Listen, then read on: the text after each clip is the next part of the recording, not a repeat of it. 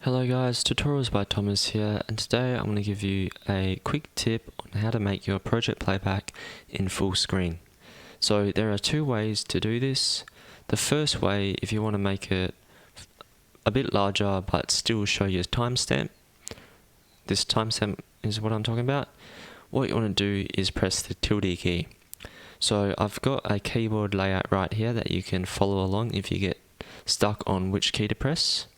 So firstly, you want to click your project playback.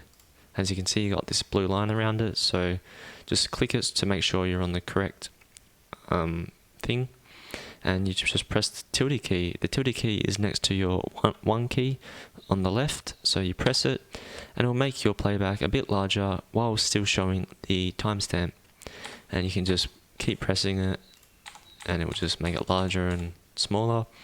But if you want to make your playback full screen, what you have to do is press the Control and tilde screen at the same time, and it will make your playback full screen. So just press firstly click on your project, press Control and tilde, and it has made your project playback full screen.